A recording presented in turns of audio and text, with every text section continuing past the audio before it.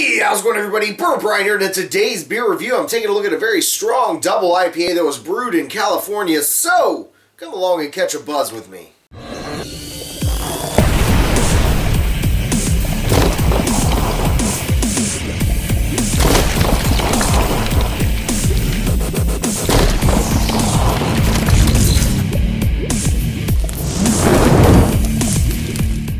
My friend Benny was kind enough to send this beer out to me from Pennsylvania. And again, this is another one that I haven't seen in my area, so I guess they just don't distribute around here. But this is from Firestone Walker Brewing Company, and this is their, Double Jack Double IPA. It's their proprietor's reserve. Comes in at 9.5%.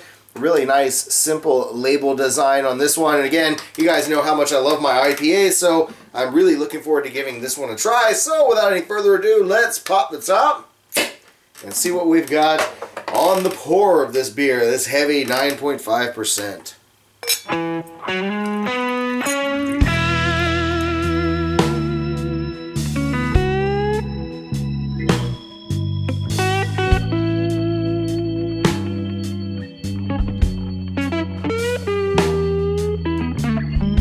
So this beer has a light golden color to it. It is rather clear, rather translucent, so I would say this beer is probably heavily filtered as far as the aroma. Definitely picking up an IPA tone. I mean, there's this hoppy kind of bitterness that's in there. I'm not really picking up any specific kind of, it's kind of a skunkiness to it that reminds me of some of the pale ales I've had, which makes me worry in a sense, but again, the nose can sometimes trick you as far as what to expect on the flavor. Not too sure on the aroma. Let me give it a taste.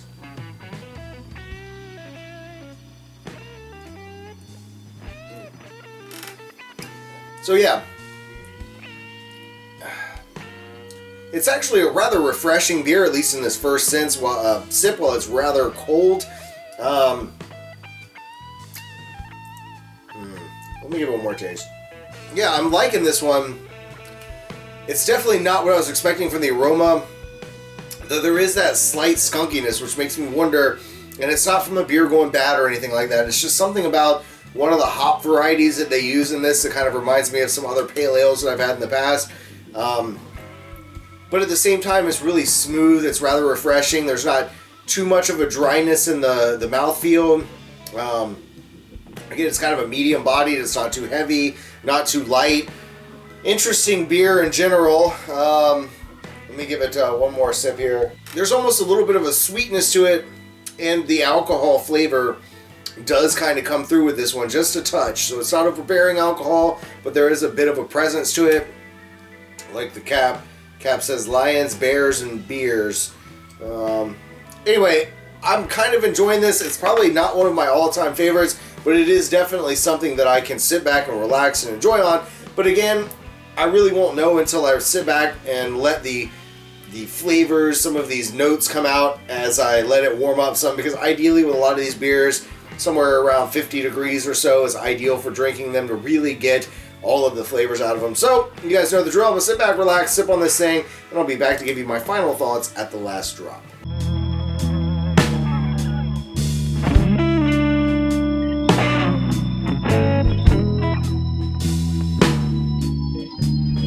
And here we are at the last gulp, and like always, this one's for all of you. So, salud.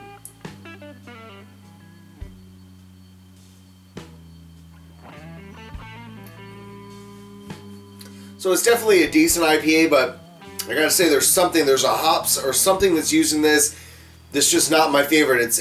I gotta find out what this is, because obviously I love a lot of hops. I recently did another one of the beers that Benny sent me that had 5 different hops in it, and all of those combined made an absolutely tasty beer. There's just something about this, I don't know, man, I just don't like it. Like, it gives me the aftertaste I don't like, and the alcohol content, you really can't taste much, but there is a slight alcohol taste, and then again, the longer you let it warm up, the more bitter it got, and the drier the kind of the mouthfeel got as well. So it's just not something that I would really run out and grab. It's still definitely a pretty decent beer.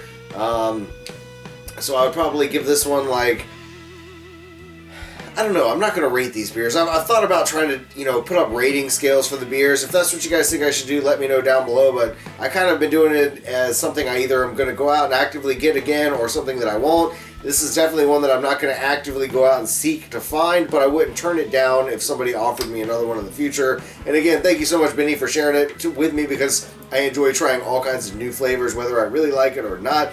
And so I appreciate it, guys. I hope you enjoyed the video. If you did, be sure to give me a big thumbs up. Subscribe so you don't miss out on any future videos. And if you have any suggestions of beers or anything you'd like to see in future videos, leave them down below in the comment box. I'm usually pretty quick to get back to you and respond. So, thanks for watching, and as always, stay toasty, my friends.